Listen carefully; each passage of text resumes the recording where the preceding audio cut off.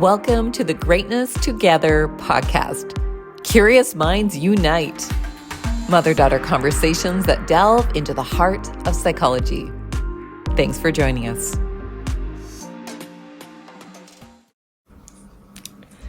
So,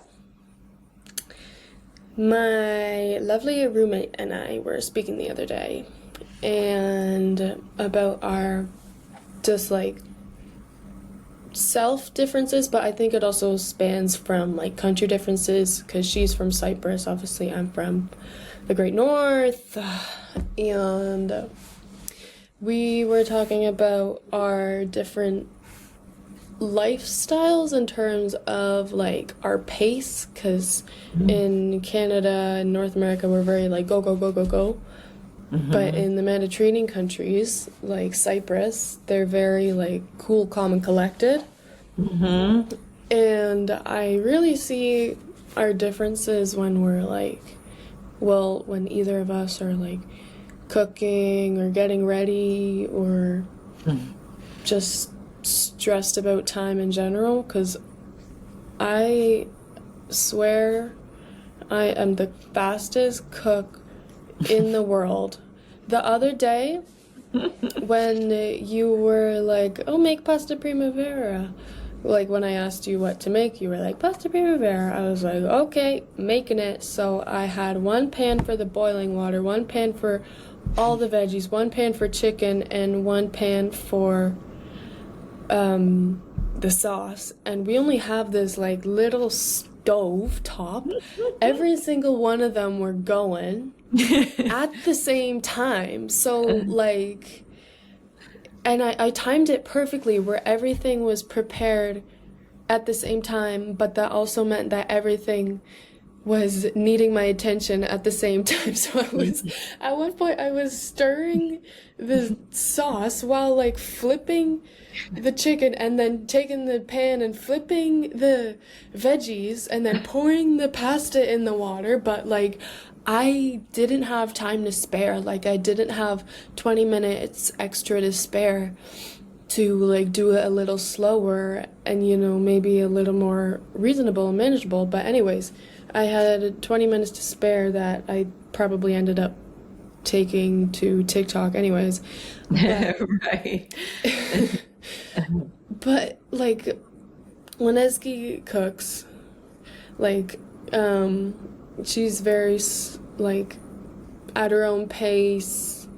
She like takes her time chopping the veggies, putting them in the pan, stirring them around, like doing different things at different times. And which is nice because it's nice for her because she has a lot slower of a like nervous system, which Like a calmer nervous system. Is that what you mean? yeah, which has a lot of benefits.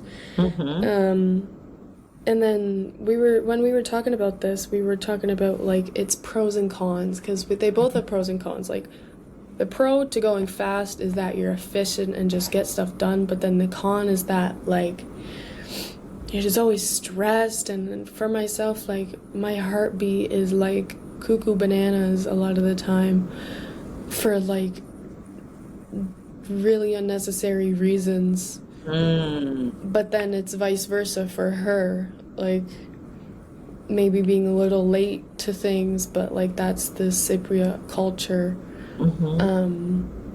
But also she has a more relaxed nervous system and stuff. And coming to think about it, like I really think that the slower pace, maybe some minutes late, is like 1,000,000% better and safer in the long run. Because I remember my poor heart about 2 weeks ago during exam season. It could never catch a friggin' break. Like all day it was like there was a friggin' drum corps. Doesn't matter what I was doing. Especially when I was sleeping and when I was like thinking about what I had to do. And that just then affects sleep, and then you wake up and you don't have enough sleep, and then you're stressed you don't have enough sleep, and then it's just more thudding. while Esgy's over here calm and collected, which is good, but It's probably a continuum, right? That if you don't want to be, you don't want to be so chill, because then you're probably not motivated or getting on with things. We talked about in a previous episode procrastination. I mean, sometimes that's not having that sense of urgency if we put off, and then your body beats like a drum, because all of a sudden you do the deadline's here. So, and then, yeah, for sure, the extreme of what's the rush? What's it all for? You know, like do we have to be starting the meeting at exactly 12 o'clock? Well, maybe we do have to be starting the meeting at exactly 12 o'clock because it is a presentation where 800 people are online. Yeah, you do have to start that meeting right away. But if you're in a team meeting or it's a seminar, and you could actually spend the first couple of minutes as people are coming in building relationships in that time, maybe the 5 minutes, even though it's starting the meeting late, maybe actually the first 5 minutes or 10 minutes of connecting meaningfully is a better use, because you will get more done and reach more shared decisions by, quote, starting late, but actually it was the conversations and the relationship building that happened before the official meeting started. I mean, yeah, it does have a lot of like ground, like positive aspects, like maybe connections built, maybe you scratched off a couple minutes getting to work, or I don't know, maybe you got to class earlier. But when you look at what it took you to scratch those minutes off your drive, like you were rushing at home to get the butter on the bagel, and then you got in the car, and while you were getting in the car frantically you dropped the bagel, and then Yes. like when you're actually on the drive you're swerving past people and putting yourself in danger. Like I think about this so often, and I really I cannot think of many like things that can outweigh like the danger rushing and living this super fast-paced lifestyle can put you in. Like, and I always bring it back to health. Like, I know Dad doesn't have a very good like heart in general. I think it's like a genetic thing, and I always think about that. Like when I'm stressed or whatever, I'm like, oh God, what if I have this dude's heart? I'm already putting it through immense stress. Like what? I'm probably at like a way higher risk of like heart disease and stuff, and it's morbid to talk about, but it's like something we gotta talk about, because really, like people don't know the dangers of this fast-paced life. Yeah. And then when people like deviate from the norm, like specifically in North America, when people are maybe like, I don't know, like Buddhists or something, or just like slower paced people, like spiritual people, we're like, what? Let's keep going. Yeah. Yeah, I even remember when it was before you were born. I think it was I can't remember what the government, I think it was the Liberal government in Ontario. They introduced where businesses were closed on Sundays. And I believe the whole point was so that people could have family time. Now, obviously, if you're a nurse, you've got to run hospitals 7 days a week, but I mean, it's true. Do you really need to be going to Costco on a Sunday? Is it possible to shop one of the other 6 days out of the week? And I guess we couldn't live without access to malls and grocery stores and all of that stuff. And I distinctly remember thinking, occasionally you'd think, oh man, I never thought to get that thing at the grocery store. But how urgent really is it?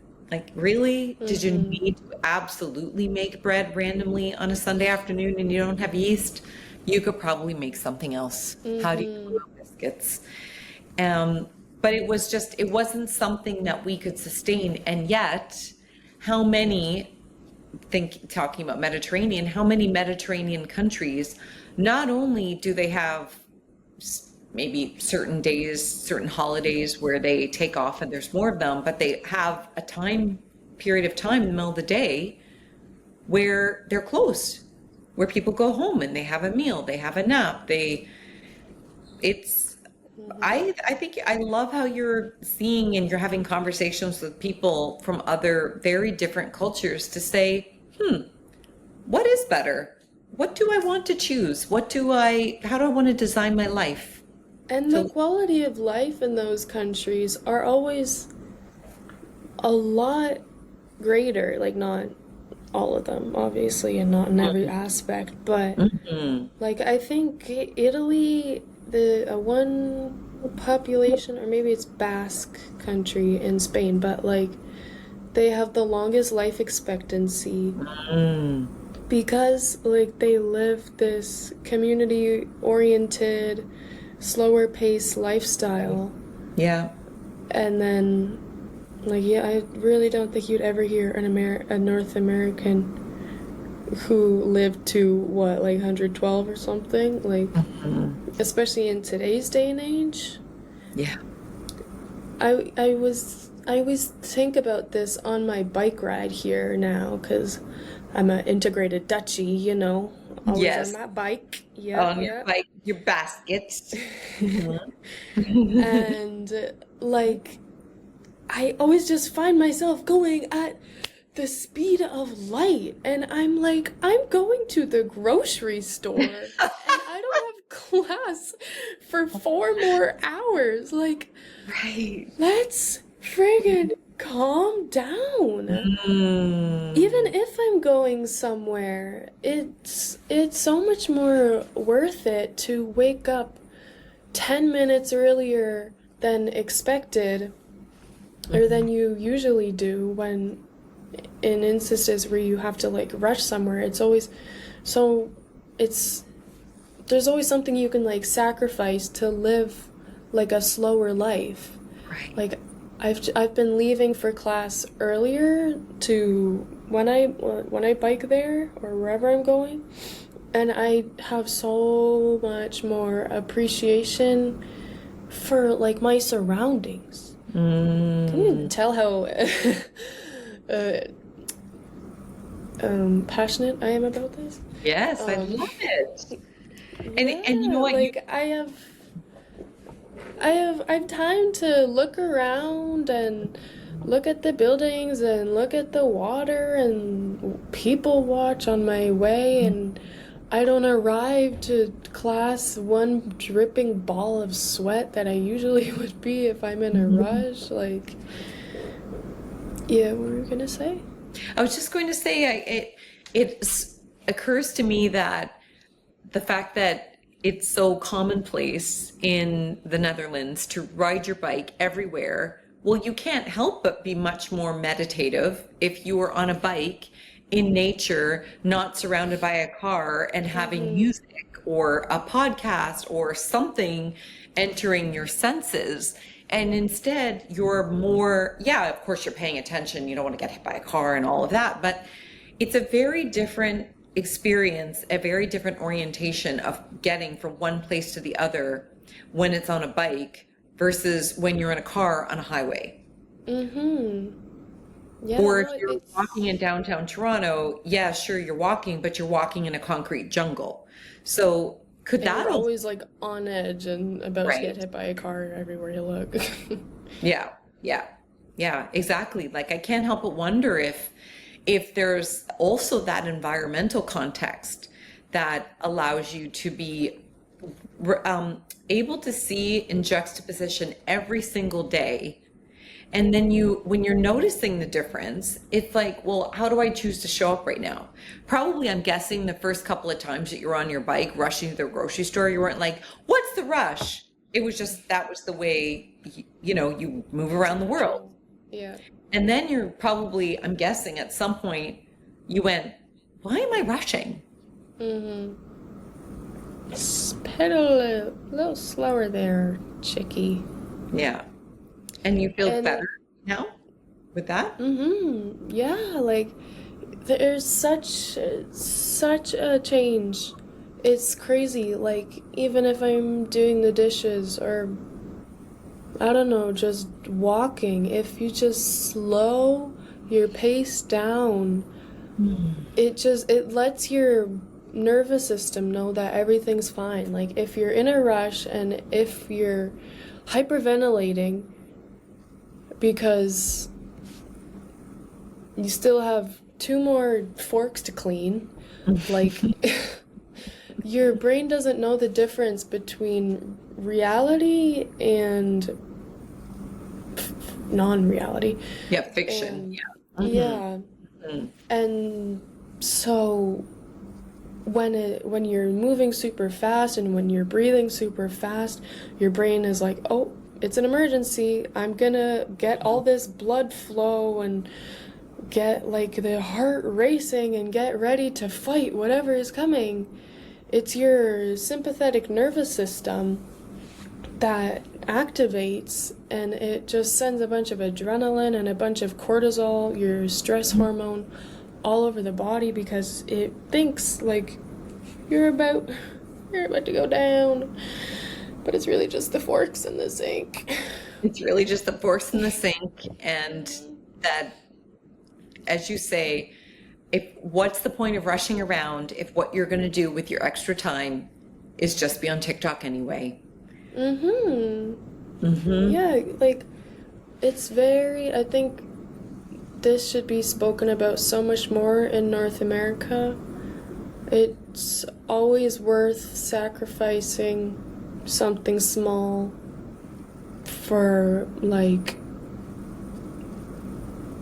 your future, honestly, because for your future. Because it really does determine your future. If you live a super stressful, high-paced, no-sleep life, like you are at risk of so many diseases and illnesses. Like I think stress is the leading cause of like everything known to world except for like Ebola. Yeah, and I think what you're inviting us all to think about is what stress is real, because there are many very real stresses, and what stress is manufactured by an intensity that is actually artificial. And if it's not an absolute non-negotiable rush, hurry, because some things are, however, you're inviting people to think about when you're rushing, what's the rush? Yeah. Could you slow down even a little bit? What would be the benefit? And is it worth it to rush? Yeah.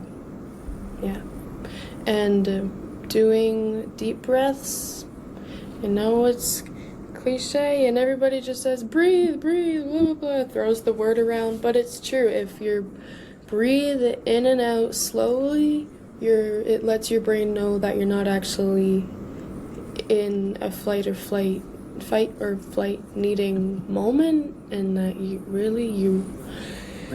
good.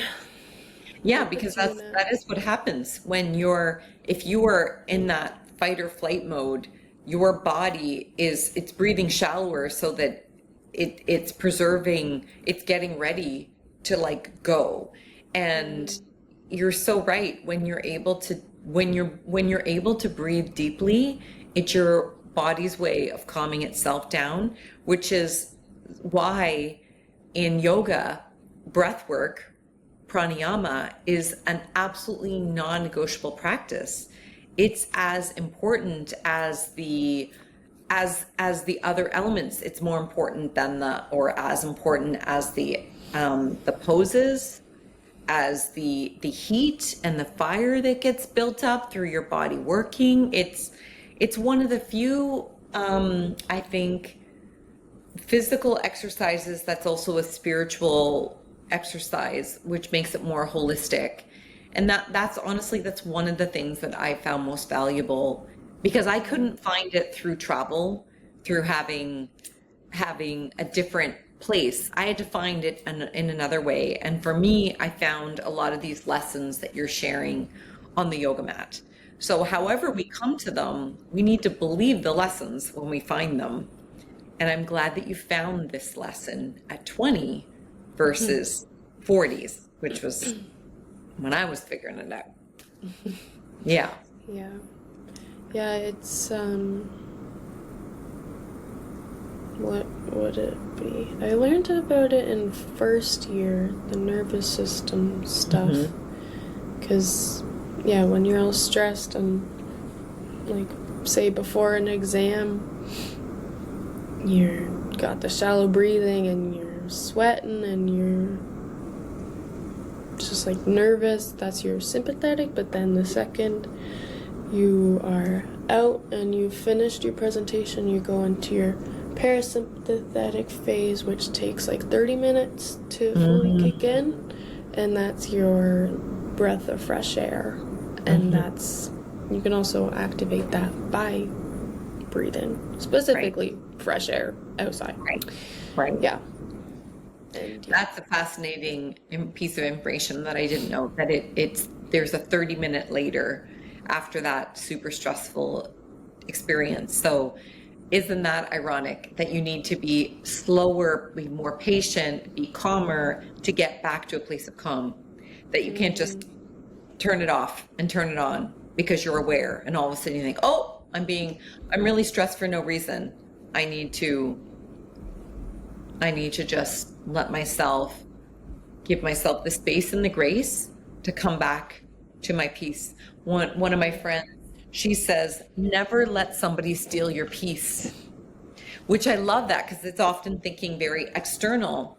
I think what I'm taking from this conversation is never let your lifestyle, your cultural anchoring steal your peace as well. And if it's been stolen because of the type of culture that you're in, take it back. Never let your lifestyle steal your peace. yeah, I like that. I found a article by Harvard Medical School Publishing. I've heard of them. No way, I went there. Did you? And they're just little things on here are 5 strategies that can make your life slower and healthier. 1. Engage in routines.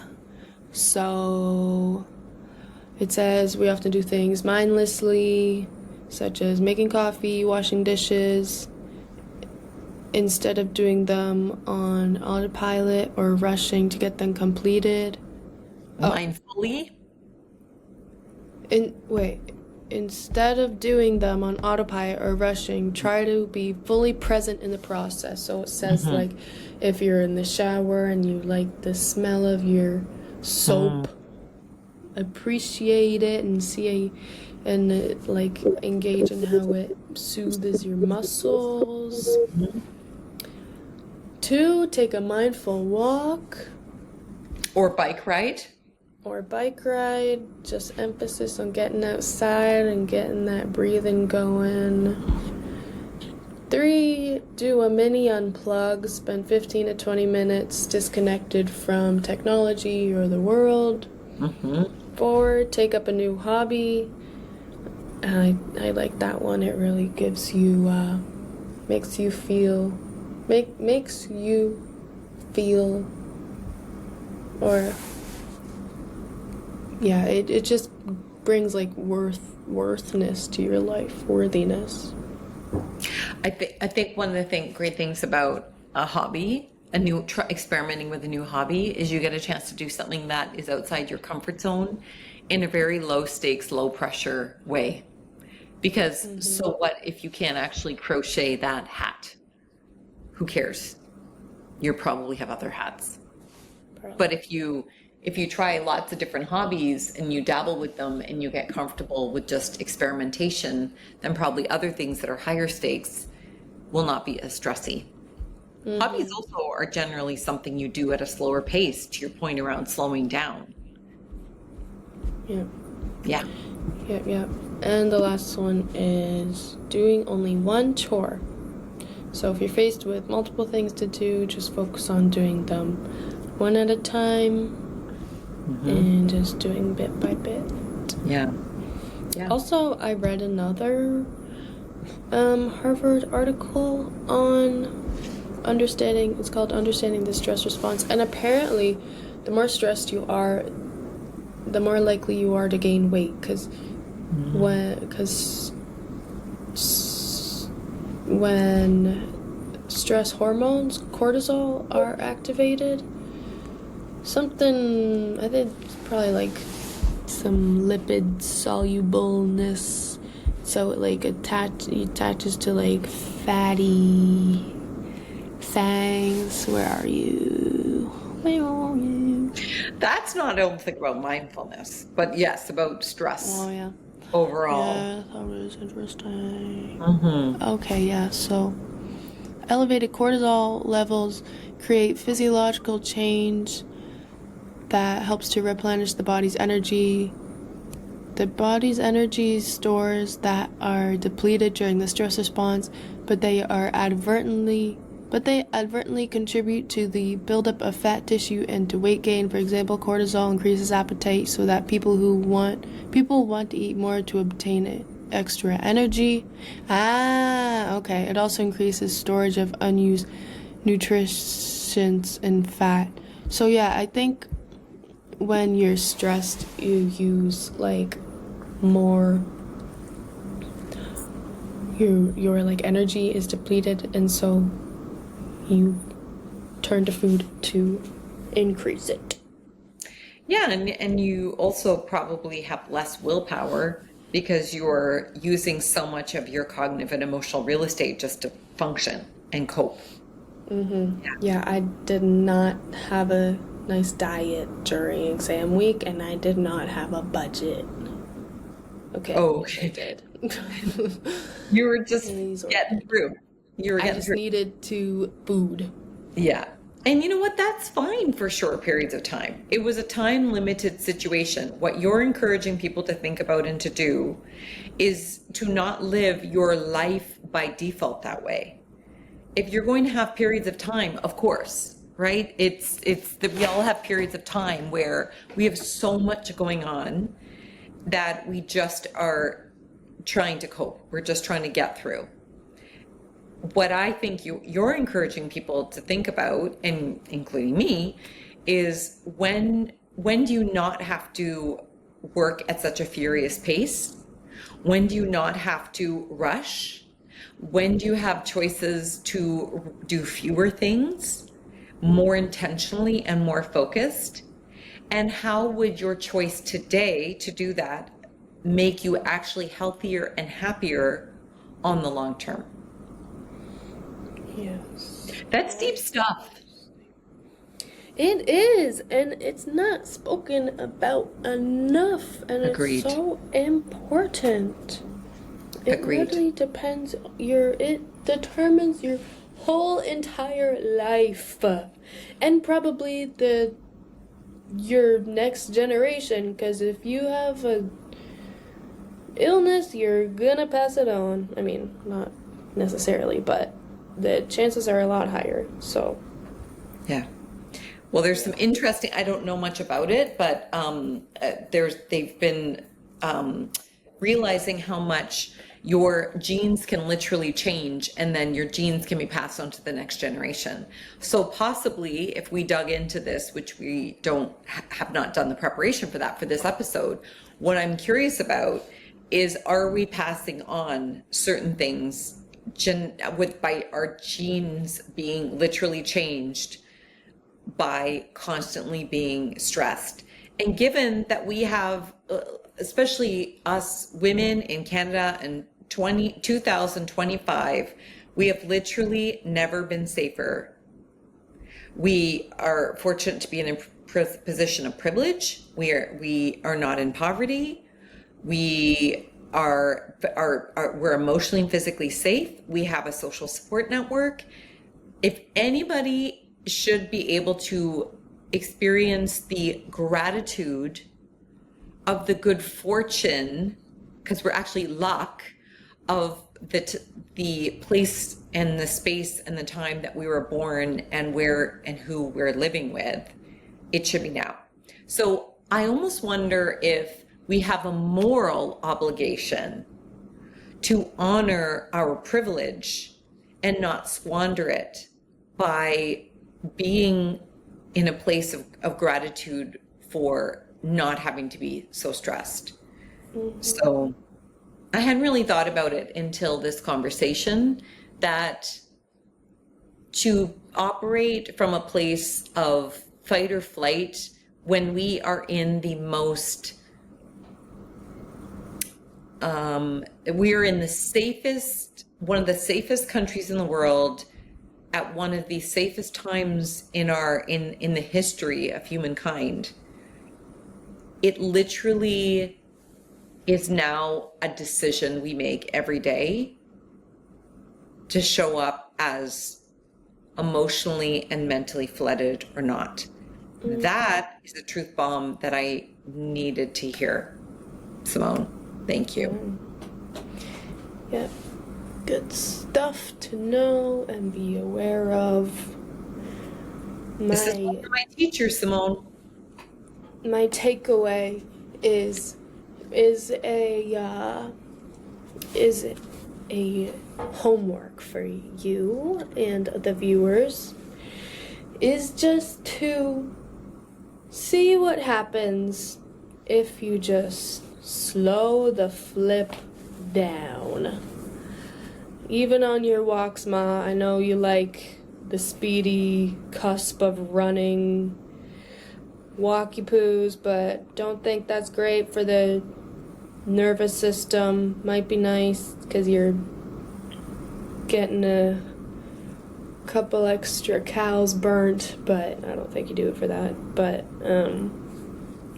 really, even if you're leaving the house and you're grabbing your coat instead of ripping it and throwing it over your shoulder, just come on, take it slow, and then slowly take your, it doesn't have to be slow, just slow word. Slowly take it from the thing and slowly put your bag down. And genuinely, when I've been practicing this, I see such a change in, like, physiologically, psychologically. When I'm in a rush, in my head, I'm just like cussing everybody out, but and when someone gets in my way, yeah. Oh God. I get it. When the times where I have to be the most disciplined in this, when I'm experiencing travel delays. Yeah. So when I was flying home from my engagement last week, and we experienced delay after delay after delay, I can't go anywhere. I am still dependent on an entirely huge, complicated system to get me back. And I could be mad about all the things that could have, should have happened for me to get there safely. I could have freaked out about how the fact that we were on an airplane that clearly was not safe, which is why we had to reroute back to the airport, but I don't have any control over that. So I had to practice deep breathing. And I decided when I got back into the lounge when we were waiting and we didn't know when we were going to be flying out from the airport, I'm like, okay, well, guess what? I'm going to be doing some work with my team now, as opposed to doing that on Monday. So we just shift the timeline around. If I had spent all that time being angry on the phone to customer service, it would have wasted so much time. And to your point, be full of cortisol. I can't say I was a happy person, but I wasn't mean to anybody. I wasn't rude to anybody. I was as productive as I could be. And because I literally had no choice. And the more you try in those situations, the more you try to speed up a system, people, and time, the more you will realize you have absolutely no control over it. So it has taken some really significant discipline. So you know what I did when I got home? I mean, I slept in because we got home at 3:30 in the morning, but later that day, I was like, I don't have to do my laundry and water the plants and everything on Saturday. I'm going to do it the next day. And that's what I did. That was one thing. Normally I do it on Saturday. I moved it to the next day. And then on Sunday, I was going to do an early yoga class. I switched it to later. I didn't start the laundry until later. And then I thought, you know what? I'm going to give myself the gift of next weekend having to do no travel prep. Because this week I'm home, but I'm like, as I'm unpacking my clothes and all my toiletries and everything from this trip, I'm going to repack it for the next trip, which is in 7 days. It was so easygoing, my packing, because there was no rush. I took all day I'd do a bit of laundry, I would fold it up, I would get some things out, I'd think, oh, that's right, I think I want to bring a house coat. And it's done. All my stuff is sitting in my bedroom, packed already, and I leave in 6 days from now. That was a really good example of giving myself a calming down and a space in order to, and then ironically, I was more efficient the next day because I didn't force myself to like go just because I normally do things on Saturdays. Yeah, no, I think that's great. Slowly learning, Simonne. Keep it on. Yeah. You'll get it. You'll get it. Thanks, Simonne. This was really fun. Thank you. These episodes are a gift to my 70-year-old self. And so I can't wait to listen to this in a month when it gets released. And I also can't wait to listen to it every year. Every year. Until I die. Oh, God. Good thing. No, I'm seriously. Immortal. Yeah, no, I'm not being morbid. In all seriousness, I can't wait to go back and listen to the people we were then and be proud of us. And learn from us again, my whole life long. So guess what? I love you. I love you. Too, Ma. Love you too, Ma. Love you too, Ma. All right, listeners, glad you tuned in. Hope you learned something or had a little juicy insight. Yeah. Yep. Slow yourself down. Slow yourself down. Yeah.